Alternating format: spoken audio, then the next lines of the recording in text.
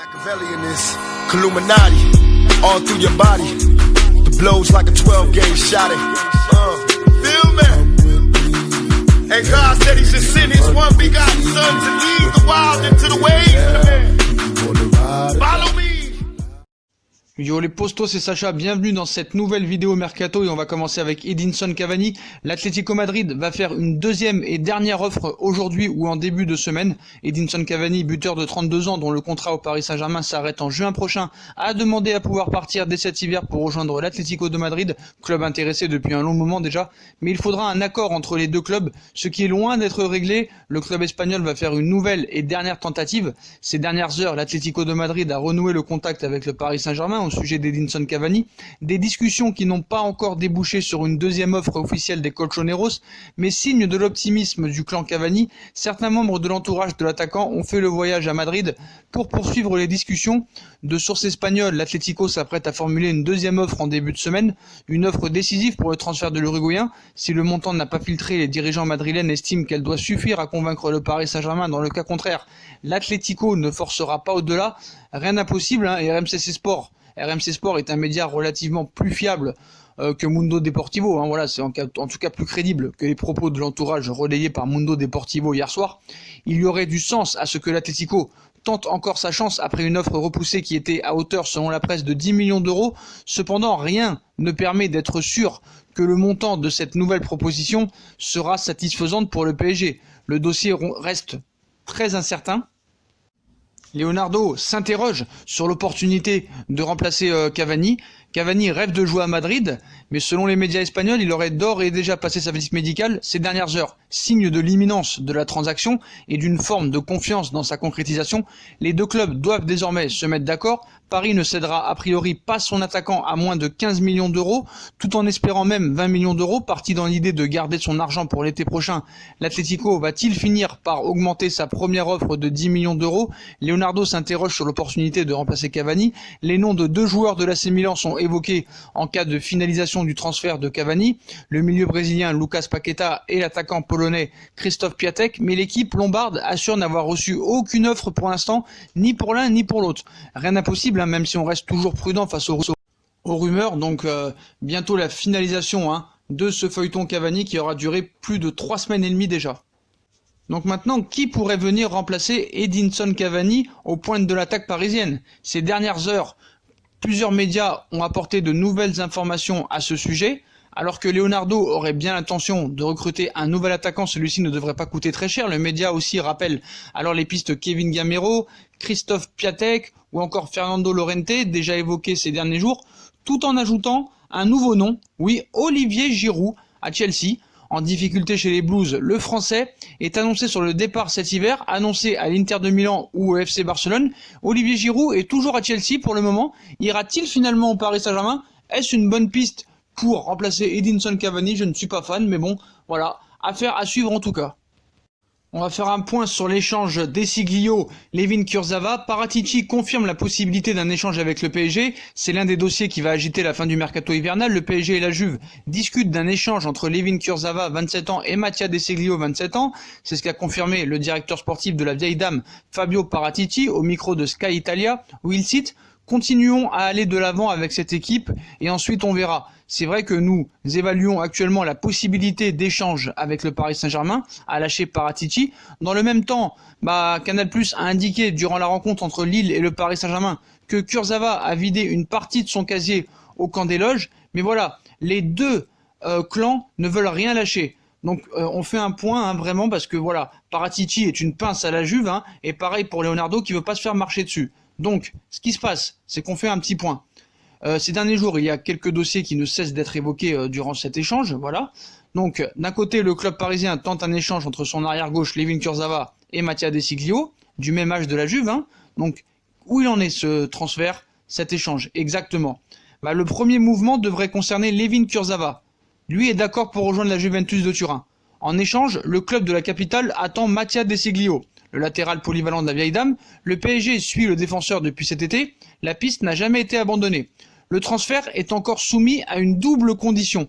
La visite médicale de Desiglio, touché récemment aux adducteurs, Dernier obstacle, la valeur de l'Italien de 27 ans, environ 12 millions d'euros, est supérieure à celle du Français 27 ans, environ 5 millions d'euros. Paris va-t-il devoir payer une indemnité de transfert ou s'agit-il d'un échange sec, sans contrepartie financière? Les jours qui vont venir vont nous dire cette vérité, mais en tout cas j'espère que Paris ne se fera pas avoir dans ce dossier, parce que si tu dois payer en plus une indemnité alors que le joueur est blessé, ce serait pas vraiment très bon pour Paris, ce serait pas une belle affaire. Donc affaire à suivre encore une fois dans les prochaines heures, voire les prochains jours. Et on passe à Emre Can, que Paris ne lâche pas. Il y a une concurrence vraiment XXL, beaucoup de clubs sont sur Emre Can.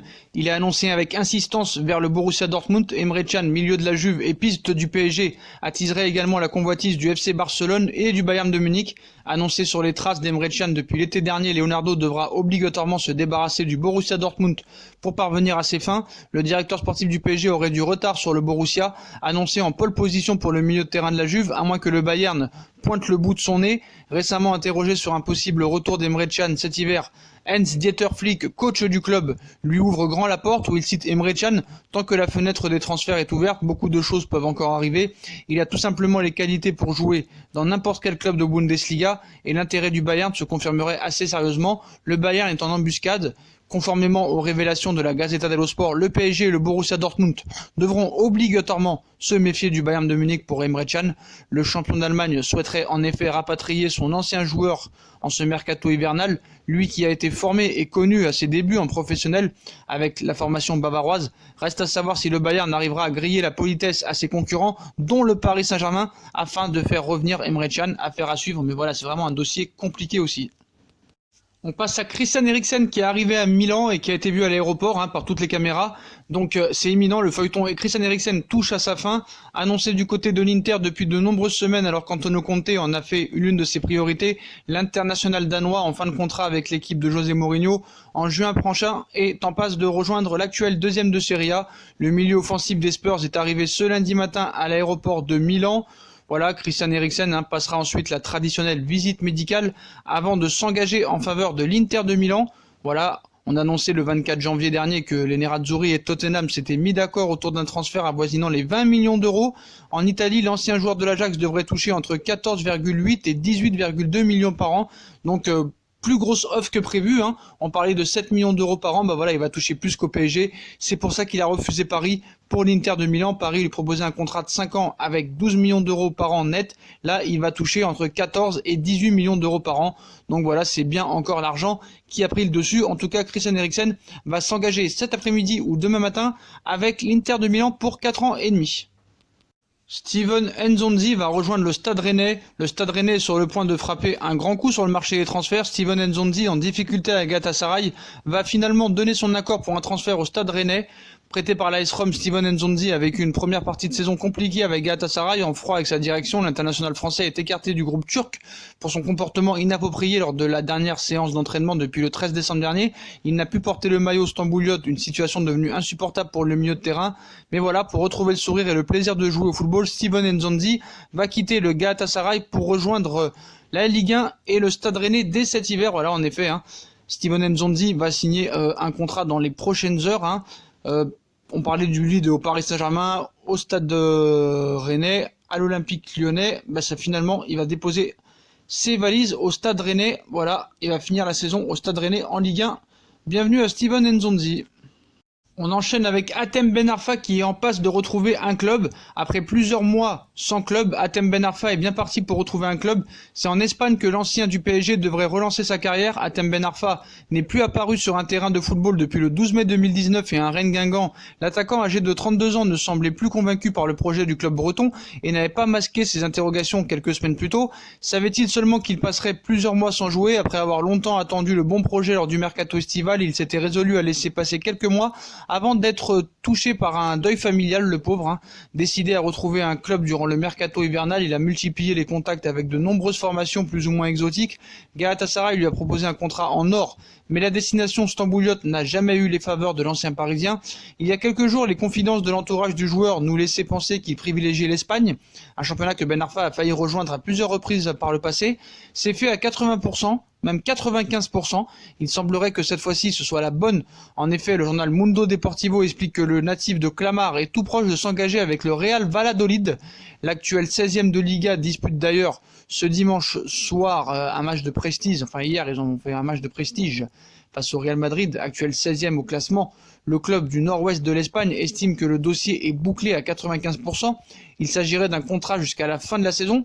Et toujours selon Mundo Deportivo, Hatem Ben Arfa pourrait être présenté dès mardi. Après les différents tests médicaux, le club a la deuxième plus mauvaise attaque de Liga et a fait de l'international français sa priorité depuis plusieurs jours, également suivi avec intérêt par Almeria.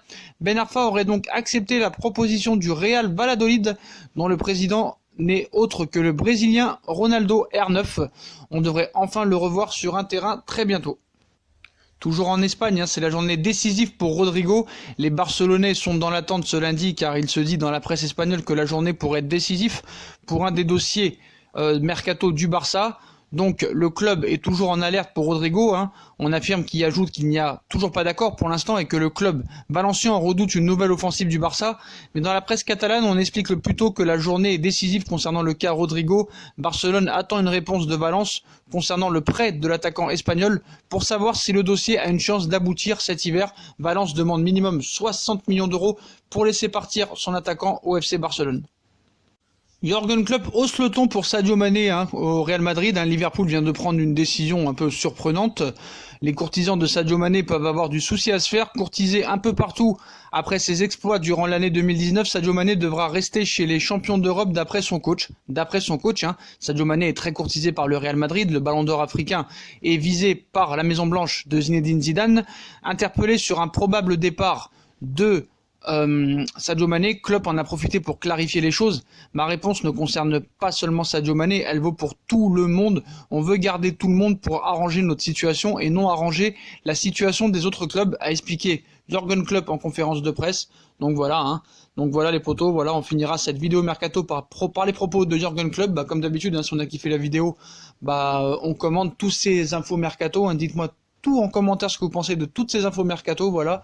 Puis comme d'habitude, si on a kiffé la vidéo, on like, on partage, on s'abonne, on active la petite cloche pour les notifications, on nous rejoint sur nos différents réseaux sociaux, Instagram, Facebook, Snapchat, Twitter, ainsi que sur Utip si vous voulez aider à faire évoluer la chaîne en regardant les pubs gratuitement ou en faisant un petit don. Voilà les postos, je vous souhaite à tous une très bonne vidéo et à très vite pour une nouvelle vidéo mercato les postos. Tchuss.